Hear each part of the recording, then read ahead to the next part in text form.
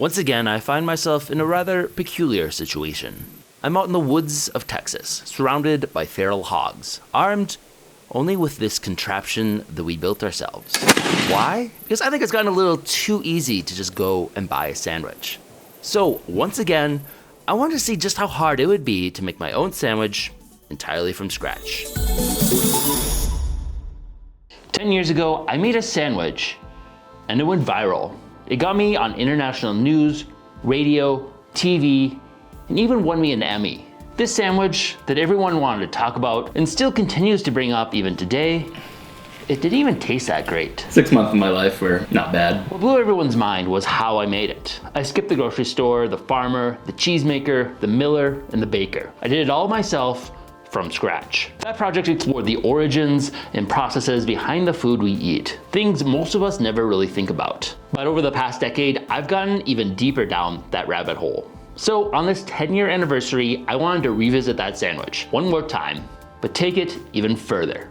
In my first sandwich, it was seeing if I could grow and make all the food myself from scratch. But even that overlooks many of the tools and machines needed to process and construct all the ingredients for the sandwich. So this time, I'm starting the process from the very beginning, meaning I'm extracting my own resources from the ground, processing and smelting my own ceramics, metals, glass, and forging, shaping, throwing, and blowing every tool I'll need along the way to make the sandwich.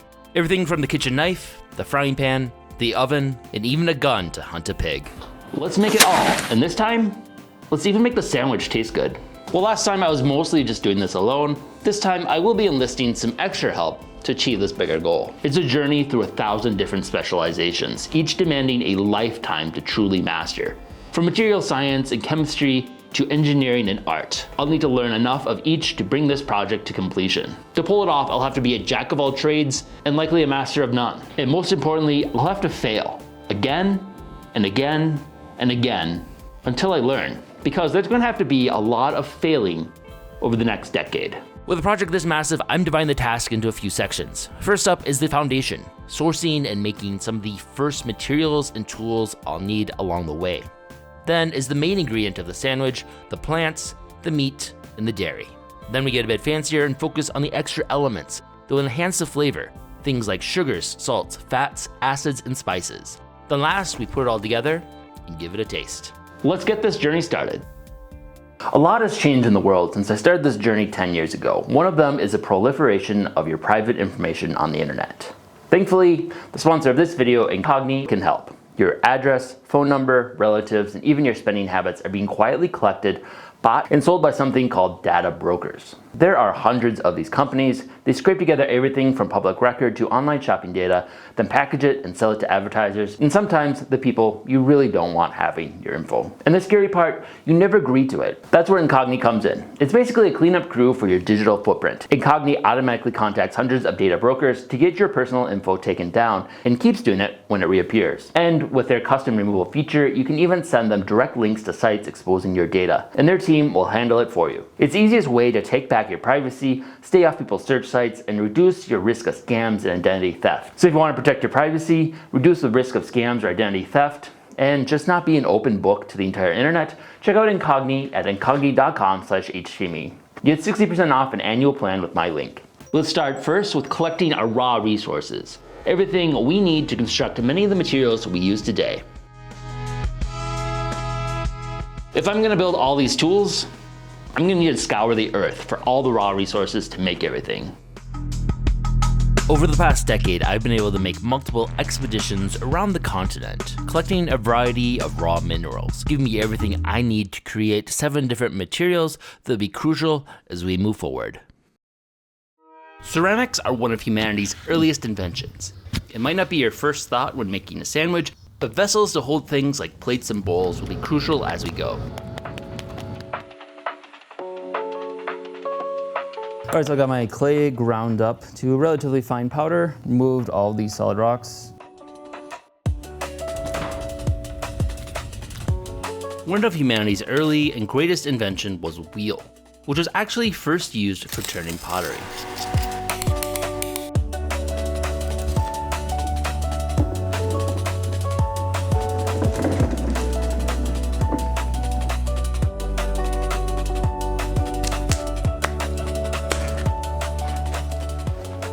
To improve it, we can use concrete to add to the flywheel.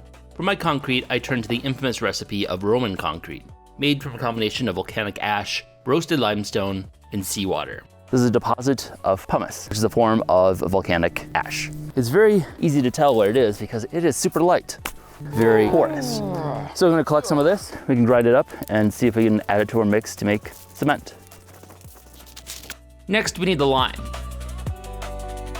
Starting from a source of calcium carbonate, such as limestone, it is first baked at high temperature for several hours, driving out carbon dioxide from the limestone and yielding quicklime or calcium oxide. Then, by soaking in water, this produces calcium hydroxide, or lime, as a precipitate.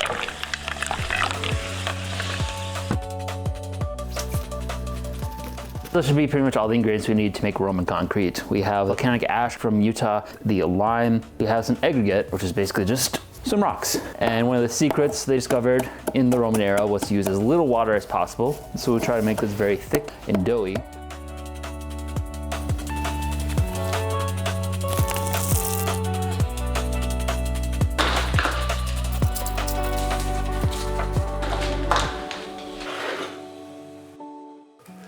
Now the process of actually learning how to throw clay, something that's took pretty much the entire 10 years. Over that time, I've had some of the best teachers try and help me, and my skills have greatly increased over the years, being able to throw some pretty decent small-sized bowls and cups. But not being able to dedicate myself to this one single task leaves me far from an expert. But to help me along, I did learn a method to give me a little help in making some larger, more functional bowls. But first, I'll need to collect another mineral, this time from Arizona. These shiny crystals are gypsum.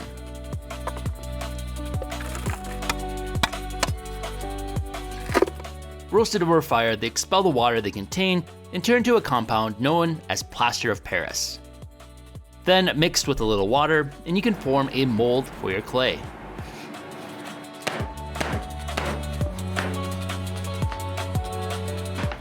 Plaster of Paris works especially great for this because once dried, it will help absorb moisture from the clay. So spread my clay over it for a couple hours, and the clay will turn hard enough to pull off and retain the shape.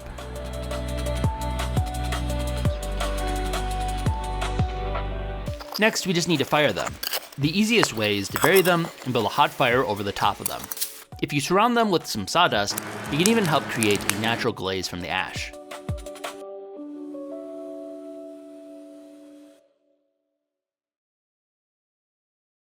Now let's make some metal. For my iron, my favorite source is one of the first types of ore used by humans, bog ore, a naturally produced ore occurring in boggy areas.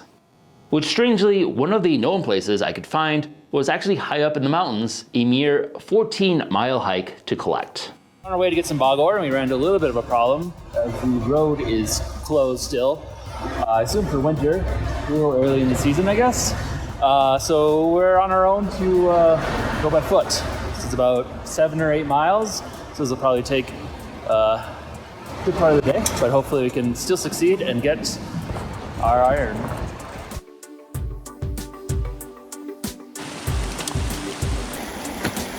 It's been about 3 hours, about a half mile from the actual location. Just gotta trudge through the snow, sure about snowshoes. We're almost there. Whew. All right, so it took about 4 hours. Made it up the trail, hiking on foot. Very exhausting. It was a little over 7 miles, very treacherous towards the end, lots of snow. Got pretty deep at some points and lots of kind of roulette of when you're just gonna fall in up to your waist. But we made it to the bog, but now unfortunately it's covered in snow. It's gonna be a little bit hard to find the actual bog ore because it's can't really look for the red soil when it's covered in snow. So hopefully we get lucky. Hopefully Joseph's memory of where it was at before works out and we can track down some and get out of here before it gets dark and cold and miserable. Start digging, hopefully we find something. Found it. Really? Yeah. Check it out, man. That was a little bit easier than I expected. An organic form of iron ore. This is easy to find, high-grade stuff. So if you're gonna do it primitive, bog ore is the way to go. There are certain types of bacteria that can actually consume dissolved iron, oxidize it into iron oxide, and there's a little bit of energy stored in the iron when they do that, which means they're actually eating metal. They eat dissolved metal, they turn it into rust, but as soon as it's been eaten and turned into iron oxide, it precipitates out of solution and it won't dissolve anymore. This stuff builds up. You get water trickling into a bog, you get acidic conditions, which are just right for this type of bacteria, and then you get the iron building up. And a second iron bacteria finds this iron oxide toxic, and so they will aggregate it together into lumps, kind of like coral. It's been a lovely trip. Then just the same 7-mile hike back to the car, this time carrying the heavy load of ore.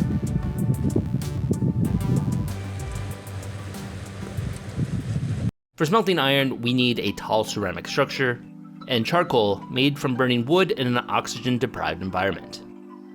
Before smelting, we take our ore and prep it by roasting it, removing water from it and turning it from an orange color to a deep red iron oxide. Mix together and burn over a long period, and the iron ore will get reduced into metallic iron, which we can collect at the bottom.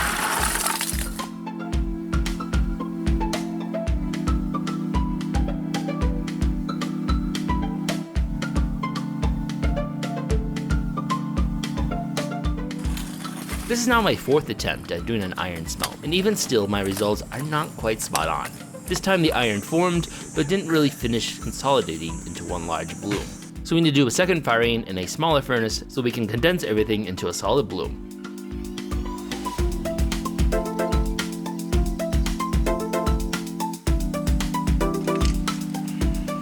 From here we can work it down into iron bars and start forging them.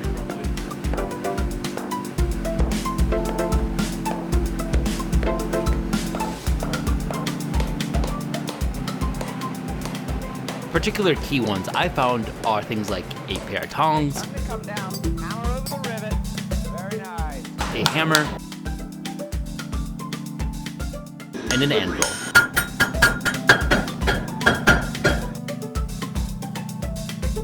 Allowing us to move onto more tools like an axe and a saw.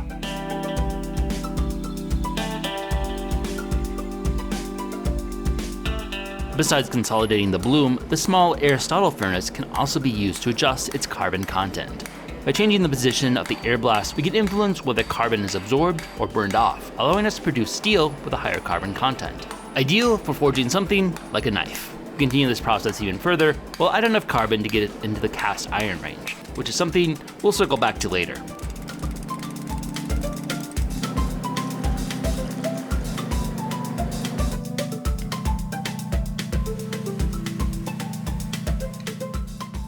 But first, now with some decent tools, let's focus on wood. Over the past decade, I felled a variety of different trees using many different tools. Most were dead or otherwise needed to be removed. Next is the process of taking wood from a tree to dimensional lumber that we can use. For that, there are 3 main options. First is riving, or splitting the wood along its grain. Next is hewing, chopping slots of equal depth into the log, then evening them off from there. Then last is sawing. Each has different advantages, with sawing being most common today. However, it is a ton of work, and finding ways to outsource it to other forms of power has been common throughout history. Borrowing from a sketch of Da Vinci's, I explored one option, allowing a much easier creation of dimensional lumber.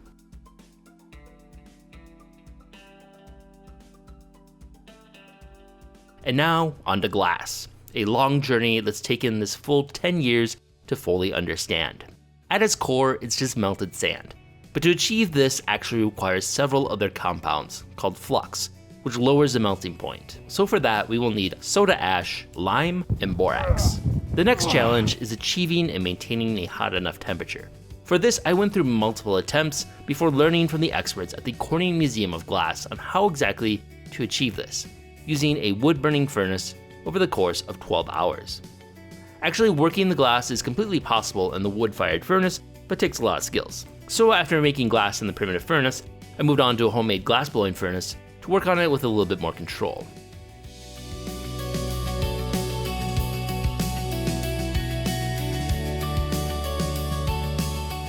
But like clay throwing, glass blowing is another skill that takes time to master. While I'm still getting better, it still proved to be a struggle. But also similar to ceramics, I found one shortcut that can help: plaster casting. Using a combination of sand and plaster Paris, I can similarly make molds for glass. Then it's just a matter of remelting already formed glass inside the mold shape. I've had success previously with this with making camera lenses and the glass sections for a custom play button I made. Glass is especially useful for its transparency and chemical non-reactivity, making it perfect for fermenting acids and with acids.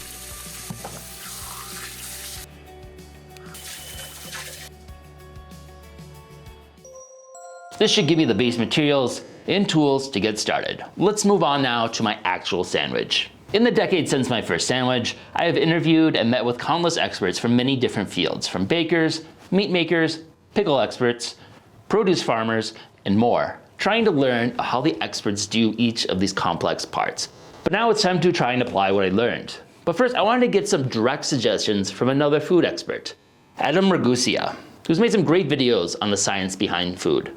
To me, the most obvious thing that we could improve would be the chicken itself. I think that a whole chicken breast is just, in my humble opinion, like kind of one of the most inherently problematic proteins to put in a sandwich. It is too thick, it is uneven, and it's too firm. I'd like to first try to convince you to use the thigh instead. You want to kind of abuse it a little bit and kind of pre-chew it a little bit, essentially, by pounding it out to make it softer so that you can bite through it. You'll get less resistance. Dredge it in the season it heavily, dredge it in the flour, and let it really gently kind of cook for a while to sort of soften it up. It'll taste like a fried chicken patty, but better. Personally, I like lettuce to be more like shredded into thin strips and then put on, because I think it's more likely to stay in place that way. Tomatoes in slices I think work fine. Just keep them thin. You got multiple thin slices, but again, one big one will tend to get squeezed out. Your bun looked nice. I say that in every way possible, and I mean it as a compliment in every way possible. Since you're growing your own grain, you could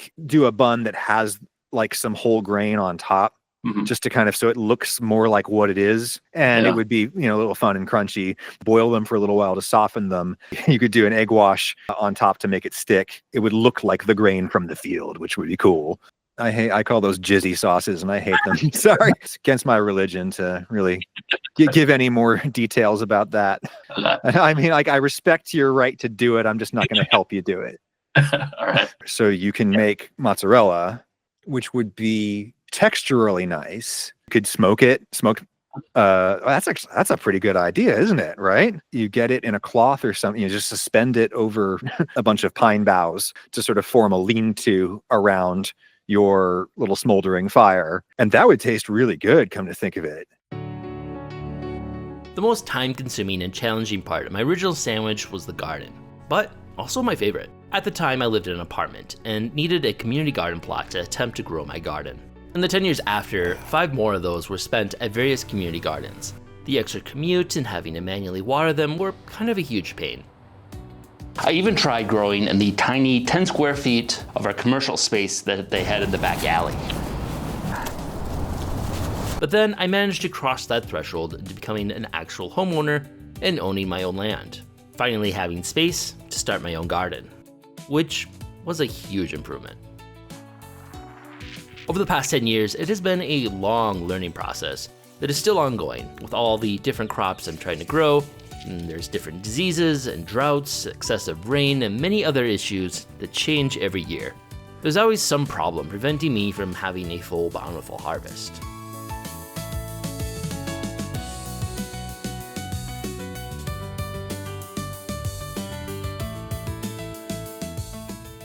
Or having someone steal it before I can harvest it. Even now, with over a decade of experience in gardening, I have much to learn still. While I have fantasies of growing all of my own food someday, I still feel like I'm ways from being able to do that without just one bad year wiping me out. So once again, let's get some seeds started.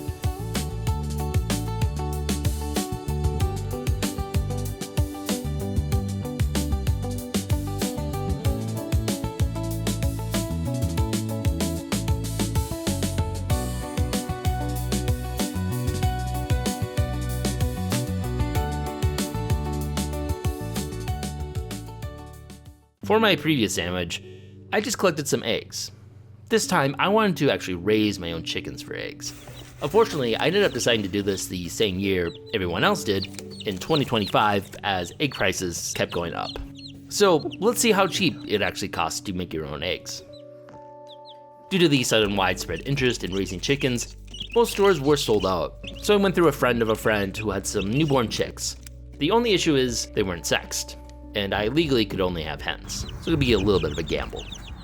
I first raised them in the garage, and they seemed to like double in size every single day, seeming to be machines that just ate and pooped non-stop.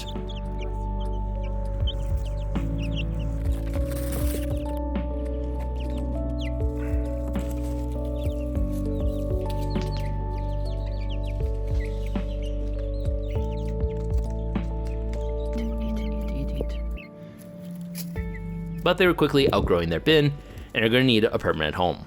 Raising animals is a long-term commitment, so I wanted to make sure I constructed a coop that would last some time and not be an eyesore.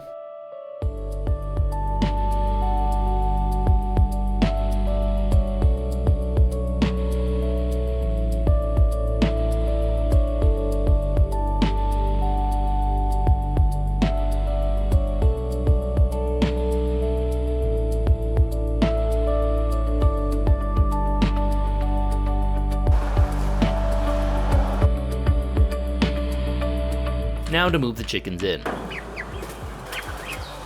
After this is just waiting a few more months until they hopefully start laying some eggs. Over the months of raising them, I've really enjoyed this process. While not the smartest creatures, they still have a lot of personality. It's just a lot of fun to kind of watch them and feed them. I also really enjoy the role they fill as a garbage disposal, putting any food waste to reuse. At 20 weeks in, I finally got the first egg, which they slowly got into the routine of laying regularly.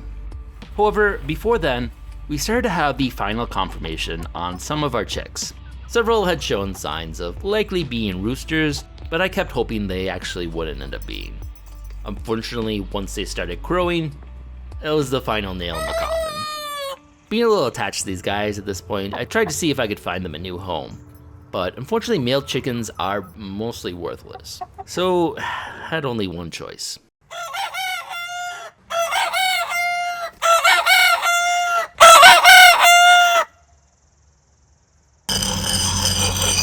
The only silver lining is that this would also help fulfill another ingredient for the sandwich. Now is where things might get a little dark, but I will refrain from showing any actual death or butchering. But for as long as over 86% of the population still eats meat, myself included, I feel this part of the video needs to remain and not be overlooked. For my first sandwich, I slaughtered my own chicken, much to the annoyance of many online, and definitely was not my favorite part of the project. But showing up and killing someone else's chicken is definitely different from raising them yourself. In the past 10 years, I've been able to participate in a few hunts, and even help my brother kill a flock of meat birds he raised. But the experience is still never great, much less for the animals that I've raised from little puffballs.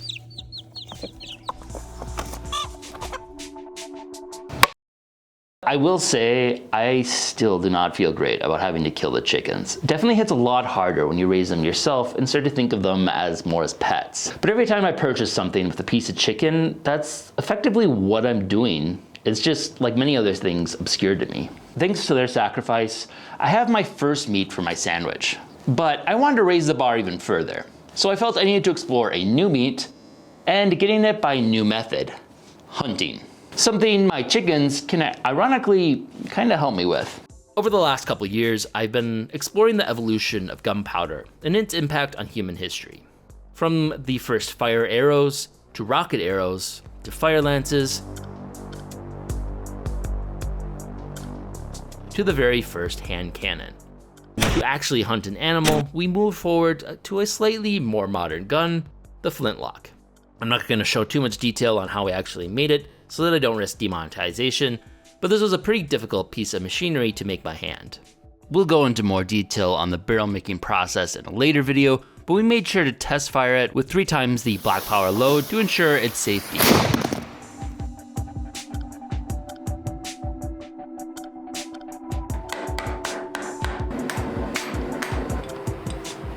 Of course, this is basically just a tube and a lighter. Actual firearms require some kind of propellant.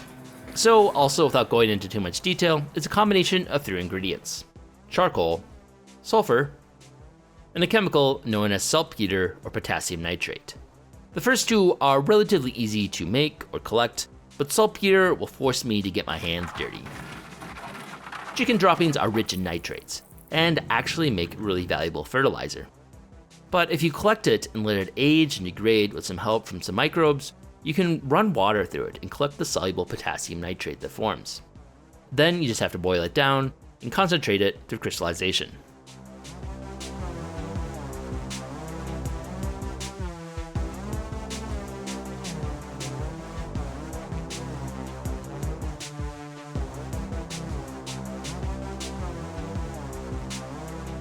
For the bullets, we can take the lead ore that I collected in Wisconsin, smelt it over a fire, and then cast the bullets in a mold.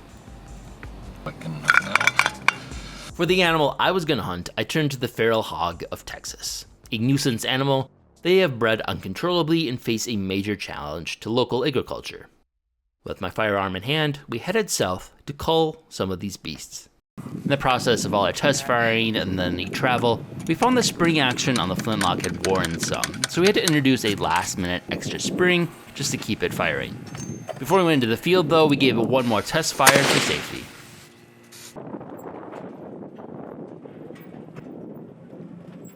Out on the hunt, the first session we were set up in a blind with a decent amount of activity.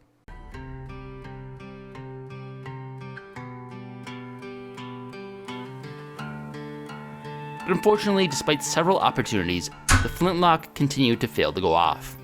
Very frustrating. We spent several hours waiting for that shot. We had several of those happen, and each time it failed to fire. Theo had a store-bought flintlock and missed his first shot, and then had his own misfire as well, showing the unpredictability of this type of firearm even when it's made by a professional. Back at camp, we were able to assess the issues and realized that the flint had ended up dulling too much. Fortunately, with the area in Texas we were in, you can find flint pretty much just laying on the ground anywhere. So Theo napped us a new striker and gave it a test fire. We're back in business. The next session was a lot quieter. Only saw one pig just on the edge of the range of my gun and ended up missing. Then for the last session, we were set up over a watering hole. And after a long wait, a whole pack rolled in. Theo took out the biggest before I could even fire the flintlock. But shortly after, another pig showed up, and I was able to take my shot. Success. It's a bit ironic that this hunt ended up being one of the biggest single expenses of the project, and yet I can't really show most of the footage from it. I had to get creative with the edit just to keep this video monetized. Killing my own meat isn't something I take pleasure in. I don't enjoy destruction. I enjoy creation. But the more you look into it, most acts of creation involve some level of destruction. We just rarely see it. We often don't see the tree that's being cut down for woodworking, or the damage from mining and smelting makes to produce many materials. Almost everything we use comes at a cost. We're just kind of disconnected from it. And I think the best we can do is just stay aware of the cost and try to minimize it. With both the chickens and now the pig, I feel a kind of guilt I never do when buying meat. But in truth, these animals lived far better lives than most that end up in the grocery store. And hunting feral pigs, in particular, might actually be one of the most ethical ways to get meat. It helps control destructive invasive species, and the death itself was quick and humane. I don't know if I'll ever hunt again, but the experience has definitely changed how I see the world. One of the last primary ingredients remains the milk. Over the past decade, I've been able to milk multiple more cows and goats along the way. But pesky local laws have prevented me from actually raising my own goat or cattle still at this point.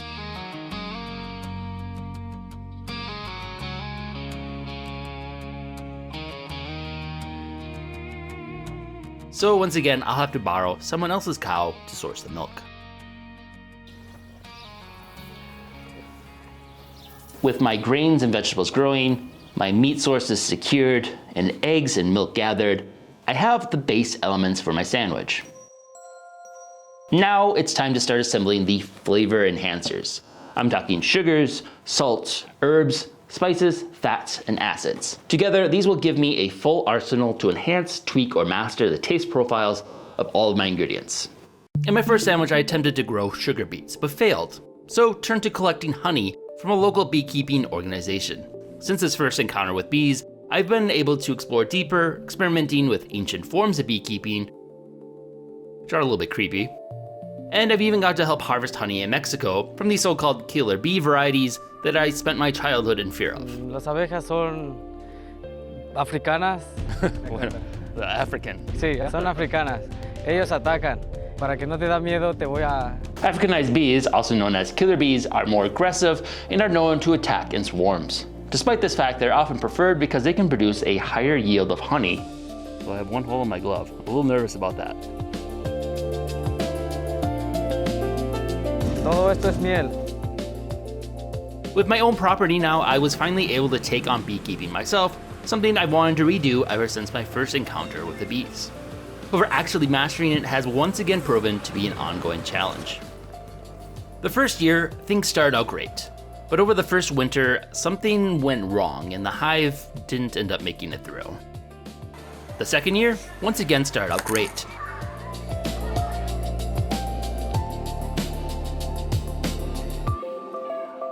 But at some point between my regular check-ins, my hive ended up swarming and moving house. I'm hopeful they found a better home. Then this last year, the biggest challenge was actually just getting my bees. After reserving a colony, it then took a ton of unresponded emails from the beekeepers to actually get them to give me the bees that I bought, which ended up putting me way behind and late into the season. Building up to a survivable colony is now going to be a challenge. I made sure to feed them extra sugar water to help them boost their strength. But then late in the summer, I came out to see an active war zone with dead bees spewing across the ground. My wee colony had been seen as a target for local wasps who would fly right into the hive and steal their honey, with my bees struggling to fight them off. So I went on the offensive, narrowed down the opening of the hive, constructed some bait traps for the wasps, and stood guard, literally squashing any wasp I saw trying to invade. After doing one last inspection, it is not looking good for my hive. I don't think they're gonna have enough honey to actually survive this winter on their own. I think my only option now, if I wanna save them, is to store them in my garage over the winter so that they don't get quite as cold, and to just keep feeding them sugar water. And I don't think I can dare take any honey from them. I think this is going to be a bust for getting my honey. I know the main issue wasn't my own, but more the failure of getting the bees in time from the supplier. But it's still disappointing to fail this many times and have so many bees die or fly off. But hopefully I can keep this hive alive and do better next year. Fortunately, I hedged my bets and grew almost every other source of sugar I could, so I have a few other options. For the past 6 years, I've been growing my own sugar beets, slowly learning tricks for getting a better and better result.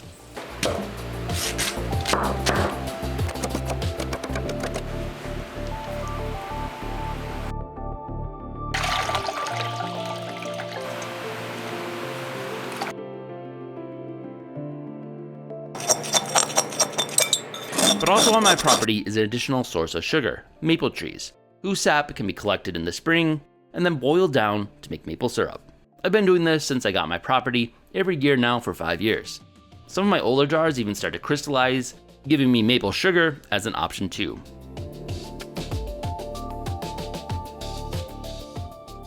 I've also started growing the main source people think of for sugar, actual sugar cane, a tropical plant that you can't really grow here in Minnesota. So I planted it in a pot, and then I just bring it inside for the winter. Although I don't think I'll need to dip into that sugar source yet. One of the most important ingredients when cooking is salt, and in my original sandwich was the hardest element to collect. In Minnesota, I am pretty isolated from natural sources of salt. Back then, I took a cheap flight to LA to collect it from the ocean, but I weighed a lot of options before then, from going to active salt mines to closer bodies of water like the Great Salt Lake. In the decades since, I've been able to actually explore a lot of these and more. In a trip out to Utah, I was able to visit the salt mines of real salt, the remains of an ancient sea that had long since dried out and deposited salt deep in their mines. They even let me chip out a sample for myself.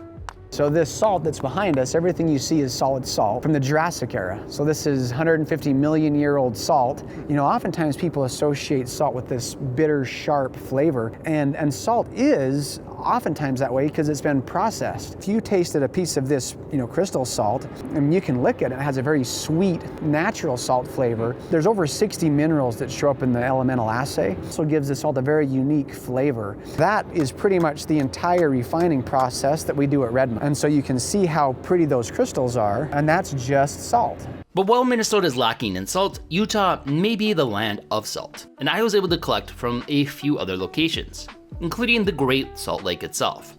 Depending on the current conditions, the water of the lake can have 2 to 8 times as much salinity.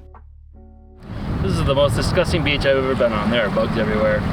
The water is filled with live bugs or dead bugs, I'm not sure. Doesn't really make it much better, but collect some brine. At least the water's warm. Actually not that bad once you get used to the smell and all the bugs. It's not too bad. After boiling the brine overnight, I produced a large supply of salt. As expected, this batch yielded a lot more. Further west is another source of salt, the Boonville Salt Flats. Remnants of an ancient lake, the flats form a super flat plain of salt nearly 5 feet thick. So flat that it is commonly used as a speedway for land speed records.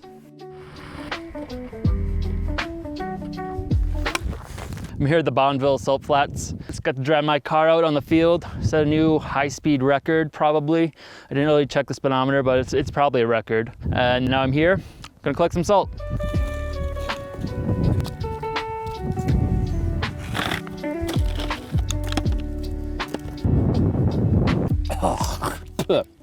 Both of them taste horrible.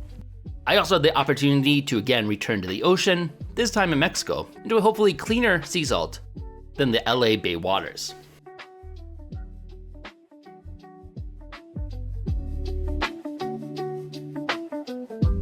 I was able to put all of these salts side by side and do a little taste test, and in the end I found that the cave mine salt ended up having the best flavor. The Boonville Flats and the Great Salt Lake ended up having some extra flavors for magnesium. It was a little bit off-putting. The actual sea salt was pretty decent, but the cave mine salt had a little bit of extra kick to it from some of the other trace minerals. One of my biggest oversights in my first sandwich was not even considering spices. Despite growing some for my pickles, it never crossed my mind to save some for flavoring anything else like my chicken. This time I'm not gonna make that mistake. In my garden, I was able to grow a good variety of herbs and spices, but perhaps the most common spice of all has still remained elusive: black pepper. Only possible to grow in tropical regions, it proved to be a challenge for me to grow. Nevertheless, I attempted to grow it indoors, which proved to still be a challenge to keep alive even inside. Fortunately, the plant comes with a warranty, and I was able to get a replacement I can try again and be a little bit more careful with. Let's check on that, and okay, that one died too. However, while not a true peppercorn species, I was able to harvest from one similar tasting and looking plant, the pink peppercorn plant. Native to Brazil, I came across one in California in one of my travels. Peppery. As for the rest of my herbs and spices, let's harvest and prep them.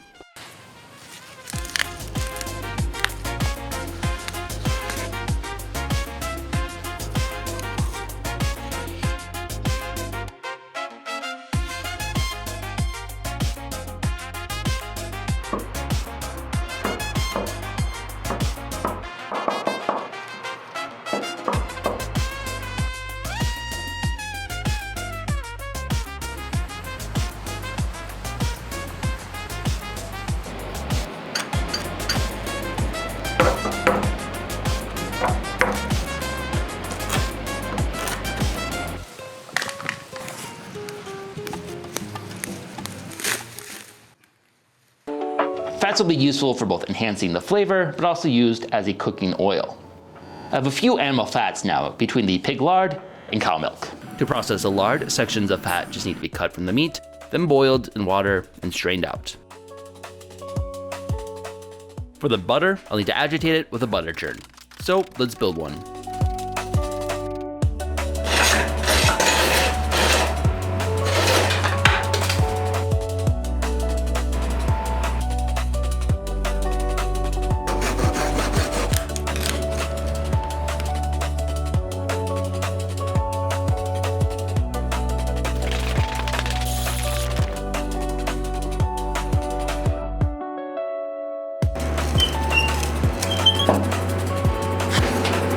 Using the thicker cream at the top of the milk, it can be turned into butter by agitating it with a paddle. This opens the fat membrane globules in the cream, causing them to stick together.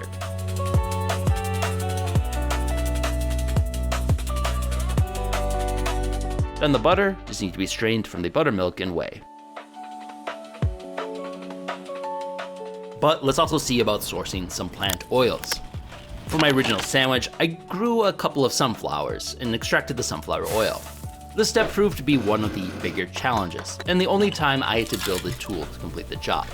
For my oil, I originally planned to try and grow my own canola oil this time. However, my yield was really low. So the next year, I returned full circle and ended up growing a whole field of sunflowers. They were really beautiful for about a week. Then the birds discovered them and started destroying them. So I had to rush and collect my harvest before they ate them all.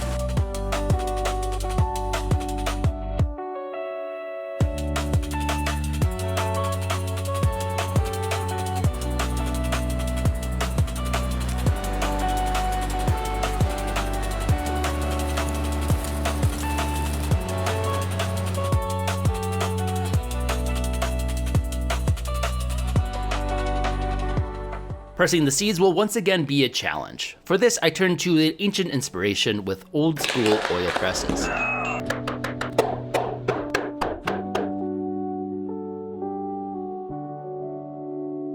The challenge, however, is getting a good screw to apply the pressure. I previously attempted manually carving one, and that worked well enough for crushing some easier oils like olives.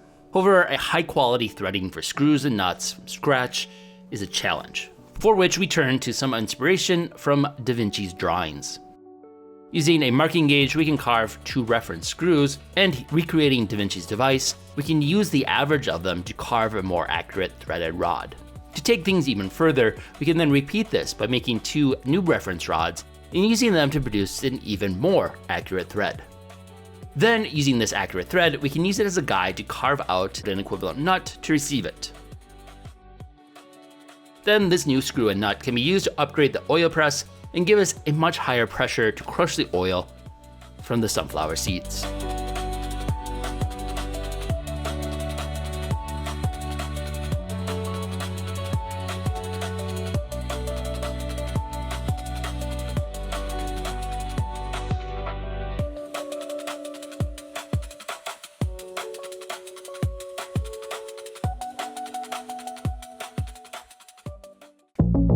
One of the foibles of my first sandwich was the time crunch I had in producing it in a single season.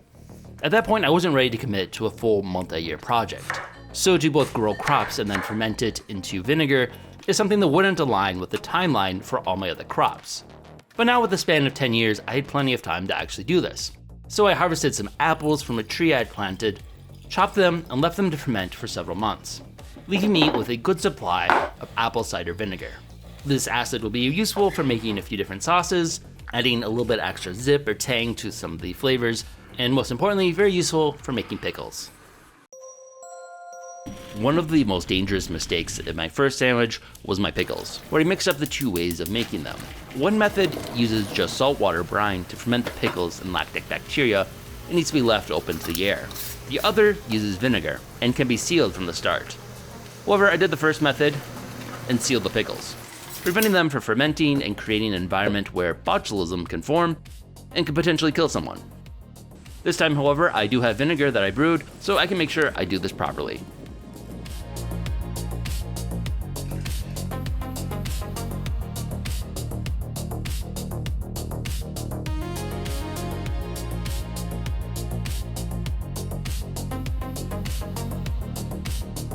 Well, Adam was a little disdainful for my insistence on the use of mayo sauce. Call those jizzy sauces, and I hate them. He did end up emailing me right after our call with a suggestion for a mustard-based mayo sauce, which sounded delicious. Growing mustard seed is easy. In fact, I'd say too easy. A previous year, I grew a big batch and processed them outside to make mustard. And then the next year, mustard was growing everywhere as a weed. So I've been able to collect plenty.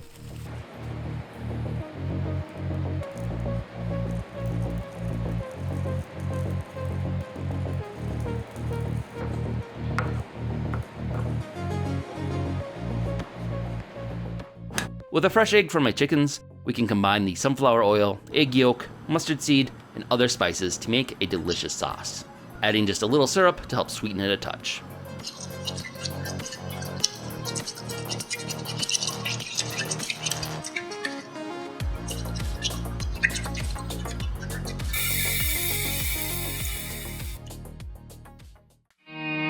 Taking just the pork belly from the pigs, don't worry, the rest of the meat is definitely going to be eaten. They are dry cured for a week, using a combination of my spices: salt from the salt mine, maple sugar from the solid crystals that formed my maple syrup, with some extra sweetness from my sugar beet sugar, and then lastly some pink peppercorn. Covered in the rub, it's left to age for 7 days.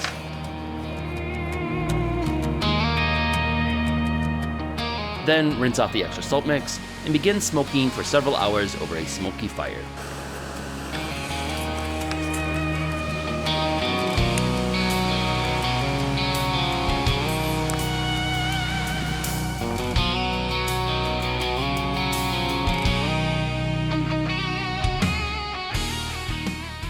Then we can slice it up into your traditional bacon slices.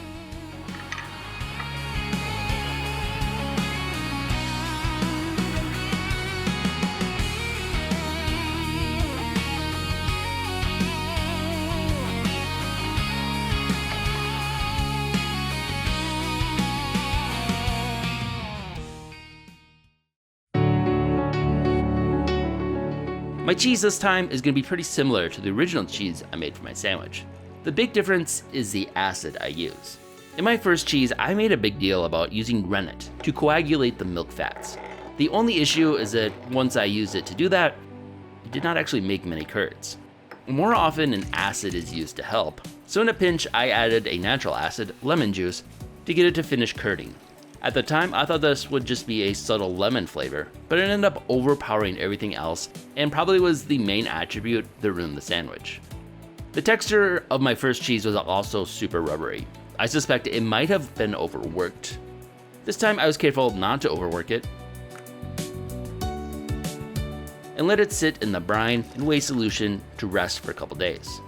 Then I took on Adam's suggestion and gave the cheese a subtle smoking.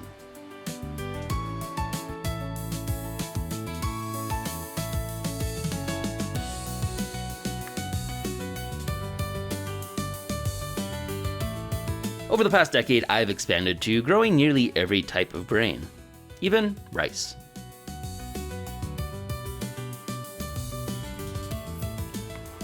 But for this project, I returned to the standard wheat once again, this time with a little more experience.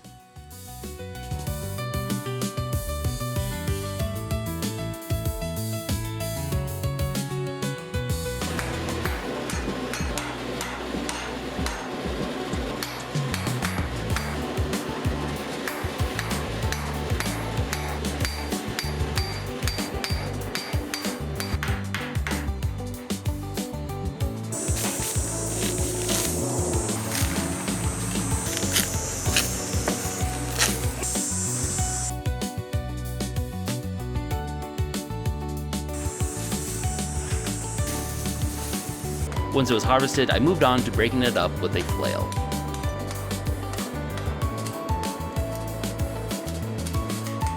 Fun fact, this tool is believed to be the origin of nunchucks.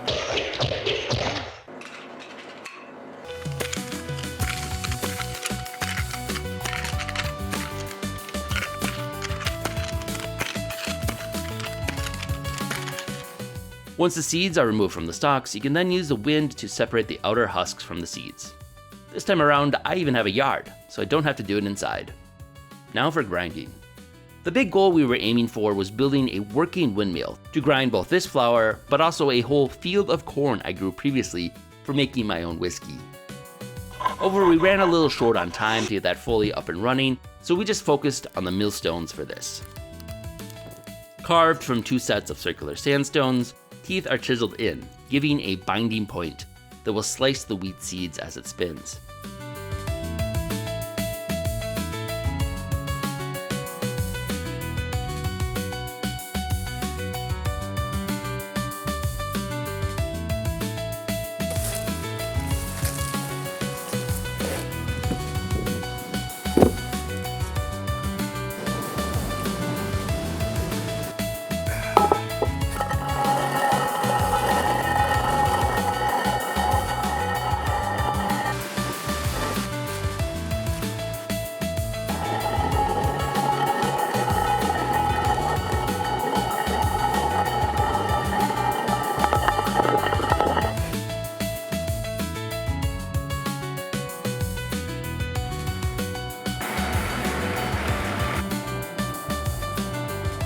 Then I just need to strain them for the finest grains and continue processing the coarser grains.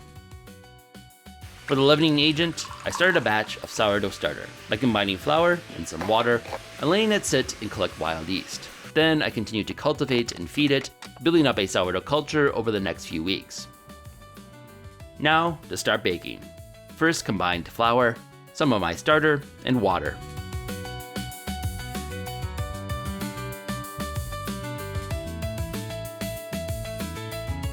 Once combined, every 30 minutes for the next 2 hours I would stretch and fold the dough, then leave it to rest overnight. The next morning, formed my loaves and leave it to proof for 4 hours.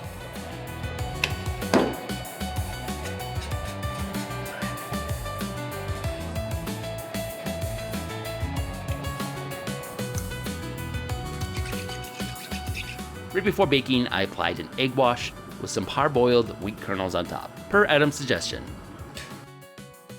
Now to bake. My pipe dream goal was to build my own electric oven for this project. During the past decade, we've been exploring the origins of electricity with early batteries and electronics like the telegraph, even reaching a power generator. However, the efficiency of the generator is still pretty low and not quite to a level powerful enough to actually power an electric oven. So that goal will have to wait until later. In its place, we rewind a bit in history and go with the cob oven. Built with clay and cob, a combination of sand, clay, and plant fibers, it forms a big chamber for baking. It works by heating the entire oven with a fire inside, then removing all of the fire from the chamber, adding your bread, sealing it up, and letting it bake with the residual heat from the thick earthen walls.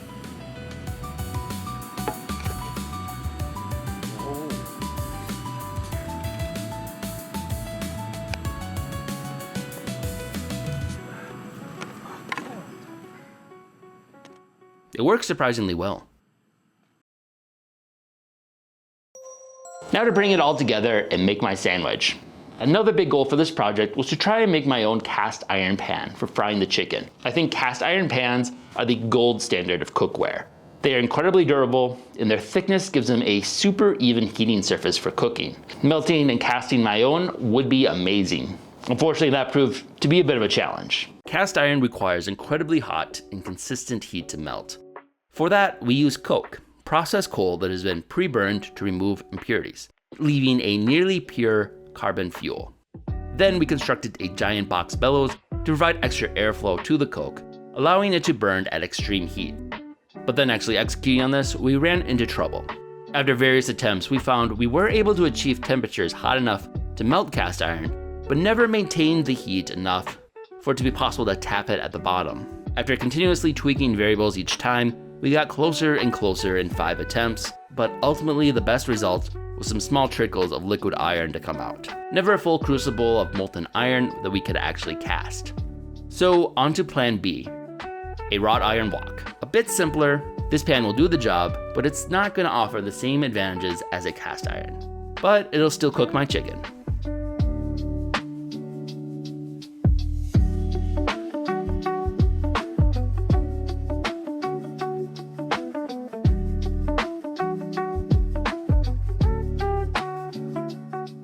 Now onto the cooking. First the chicken. First removing the bone and skin, then tenderizing it with a hammer. For seasoning, I'm using a combination of my salt, paprika, pink peppercorn, onion powder, cayenne pepper, garlic powder, thyme, rosemary, oregano, and chives. Then took some of my extra bread, chopped it up for a breadcrumb coating. Next, seasoned each chicken thigh, dipped it in egg wash, and covered it in breading. Then just a slow fry over the coals using pig lard. Next up the bacon, also fried up over the coals. Using leftover lard, we also went ahead and fried up some onions. Now, just to put it all together. Got all the ingredients, so now we can start assembling the sandwich.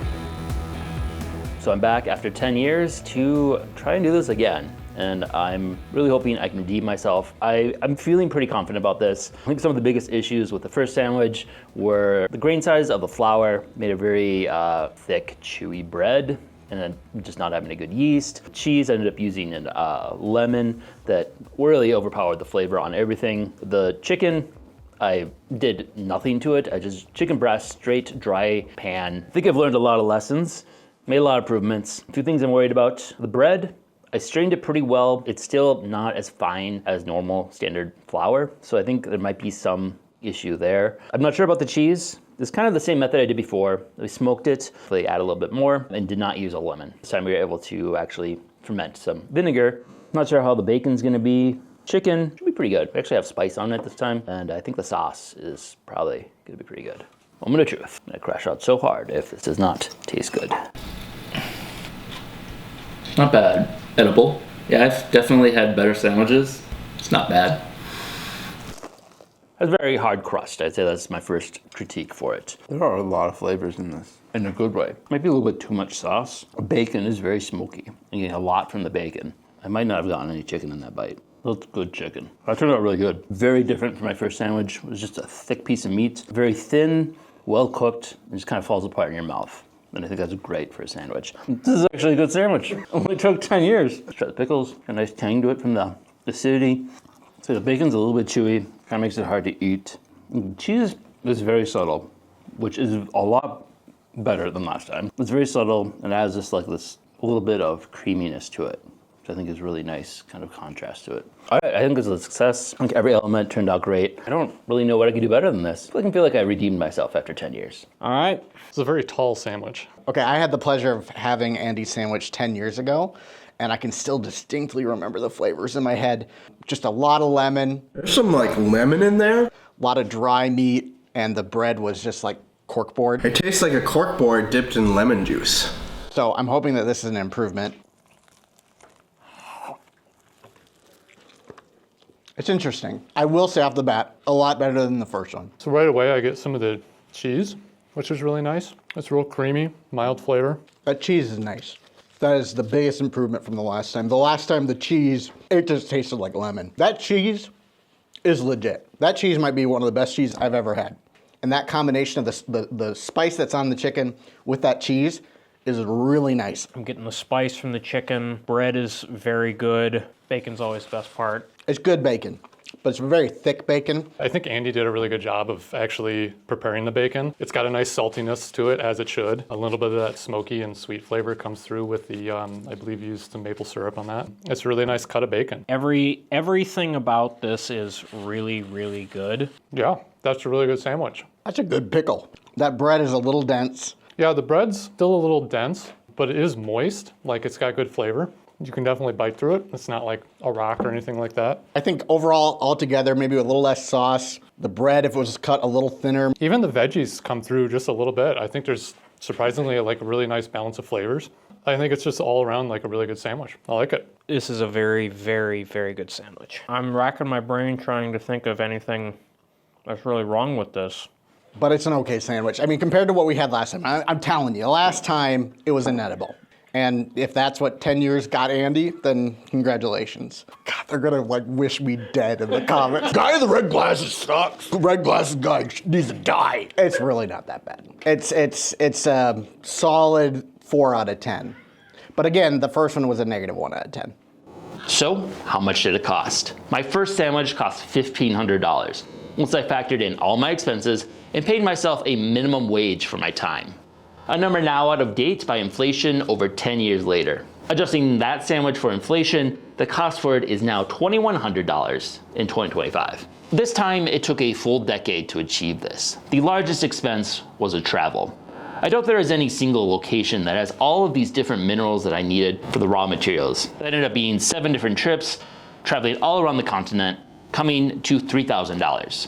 Factoring in all of the out-of-pocket expenses, including travel, I'm looking at a total of almost $8,000. The single item that cost the most has to be the bacon. That was almost $3,000 for the travel and the hunt, although we did get a lot more meat than just a single piece of bacon. The eggs are probably the second highest cost at around $1,300.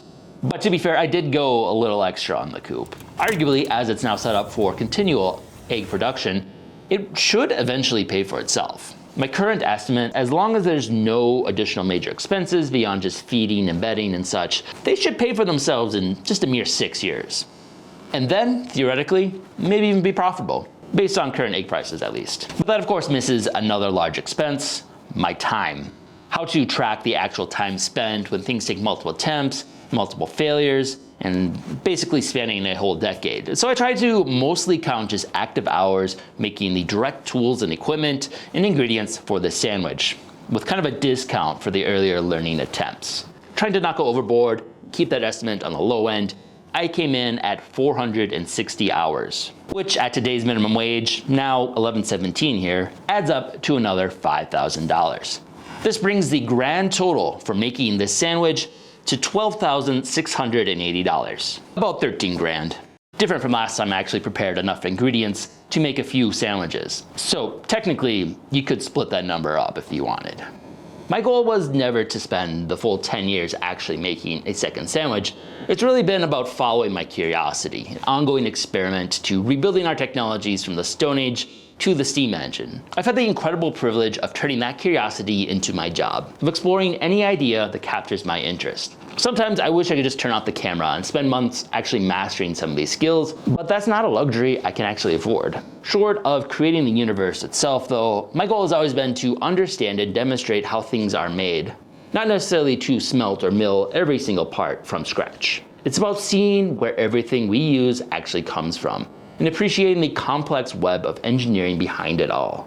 We live in probably the most advanced, interconnected civilization in history, where everyone is more specialized and dependent on each other than ever before. Ironically, that same interconnection has also left us feeling more isolated from the system we're a part of. We don't see the invisible web of trade and cooperation that makes modern life possible. Instead, we've started turning inward, splintering into tribes, treating other parts of our shared civilization as enemies instead of partners.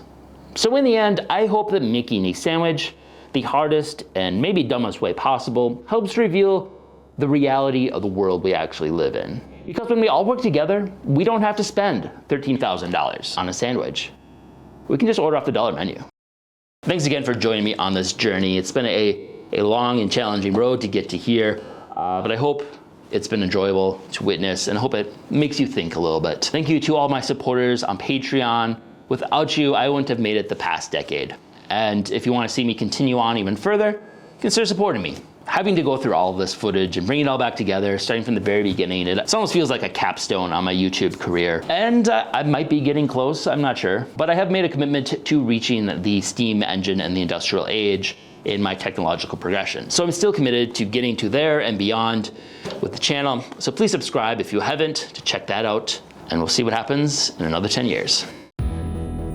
If you enjoyed this video, be sure to subscribe and check out other content we have covering a wide variety of topics. Also, if you've enjoyed these series, consider supporting us on Patreon. We are largely a fan-funded channel and depend on the support of our viewers in order to keep our series going. Thanks for watching.